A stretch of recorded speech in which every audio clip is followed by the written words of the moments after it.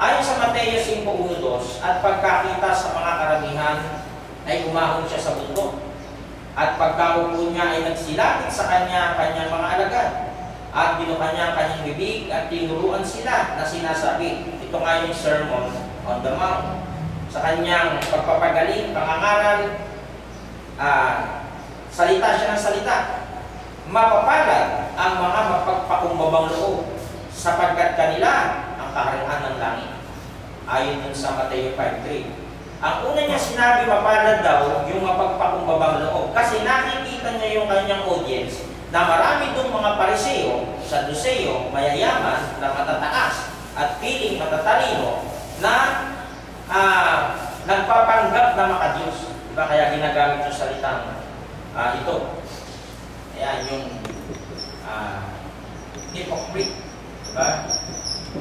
Binanggit na doon sa Matthew chapter 23, ilang beses binanggit itong salitang ito, whoops. Diba? May 7 times yata, pinag-aralan natin sa Revelation. Pag bumanggit ng mga ganito at mga ganito, wala na ibang pinatutungkulan yan sa aklat ng Mateo, kundi itong mga Pariseo, Saduseo, Scriba, Scribes. Ito kasi yung tatlong nangunguna eh. Di ba tinalakay po natin yan, magkakaiba yan.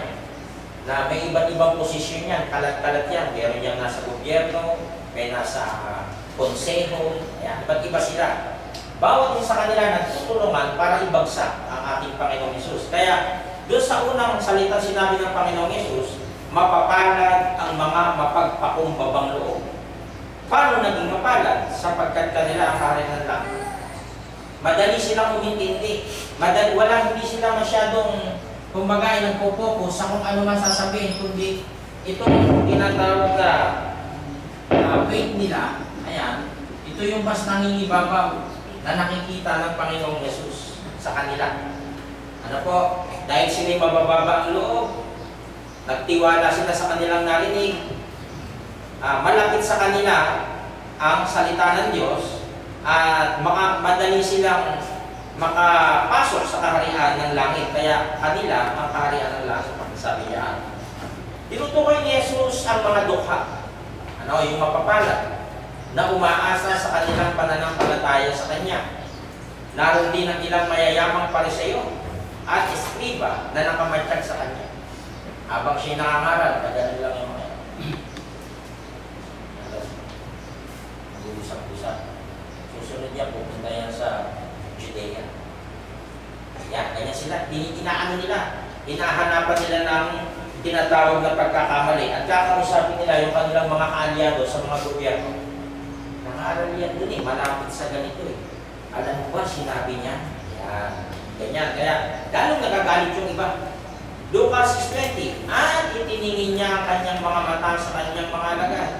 At sinabi, mapapalad kayong mga dukha, sapagkat inyo ang kaharian ng Diyos. Madali kasing sumampalataya yung mga dukha. Hindi kagaya ng mga to, ng mga Pariseo sa Saduseo, na nagpapanggap ng tinatawag na malawak na kaalaman, pero nakabase lang talaga sila sa kautusan nitong si Moses. Kaya ang tingin nila, mas dakila si Moses kaysa kay Jesus Christ. Looking up at his disciples, Jesus said, blessed are you who are poor, for yours is the kingdom of God. Ay, poor. Mapapalad ang nakahahapis sapagkat sina'y aalipin.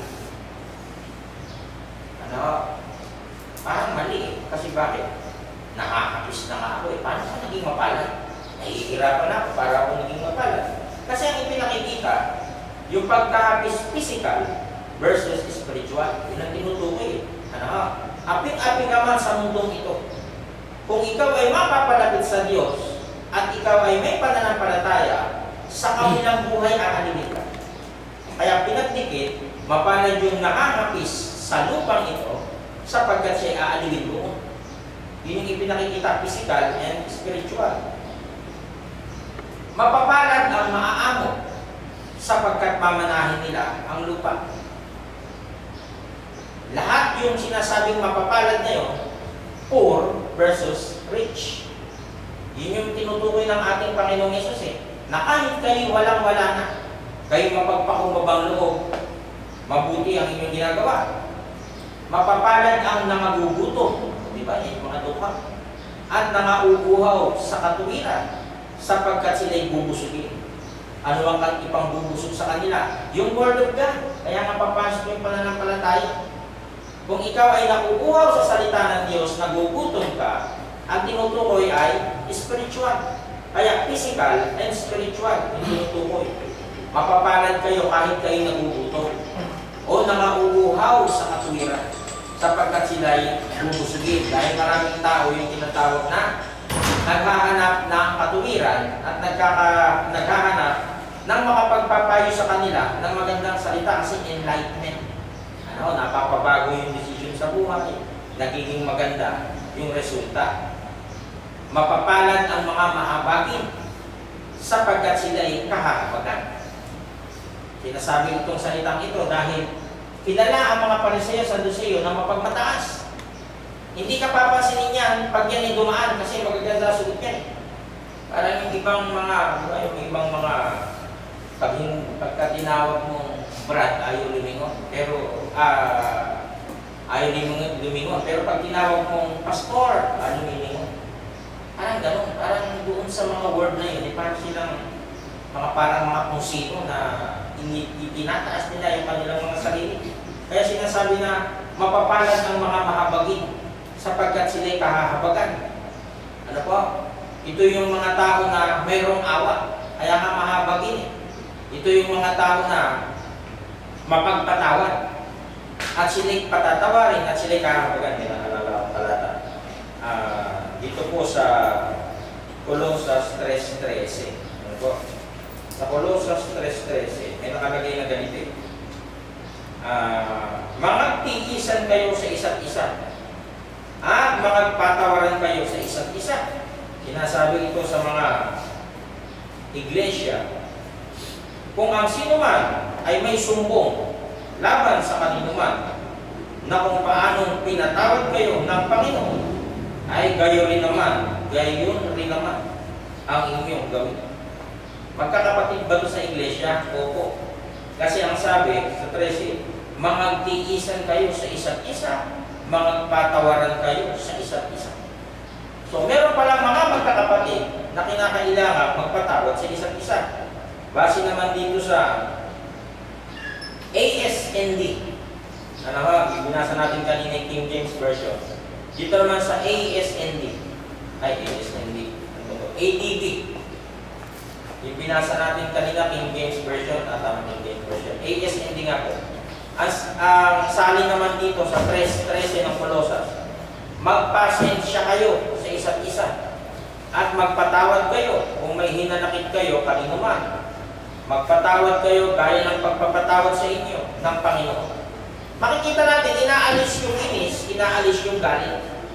Bakit sinasabi yun? Kasi nga, ayon sa 5:7, mapapalad ang mga mahabagin. Dapat nandun lagi yung awa. Awa saan? Yung sa kapatid, sa kapwa. Kung ikaw ay may pusong ganon, na ikaw'y maawain, ay sapagkat sila'y kahahabagan. Kahahabagan ka rin ng Diyos sa madaling salita. 5:8, mapapalad ang mga may malinis na puso sapagkat makikita nila ang Diyos. Ito, pag sinabing malinis na puso, parang hindi ito marunong magalit, hindi marunong magtanim ng sama ng loob. Walang walang kumbaga, wala siyang dinadalang anuman sa kanyang puso. At wala siyang anumang sakit o hirap o sumpa o anuman na kanyang tinitiis sa kanyang puso. Kaya mapalad pala yung mga ganitong tao. 5:9, mapapalad ang mga mapagpayapa. Yung mahilig parang mag-counseling, magpayo. Ayan, yung mapagpayapa. Sapagkat sila'y tatawagin mga anak ng Diyos na imbis pag-awayin mo, pinagpapayapa mo pa. Ganun, mapagpayapa.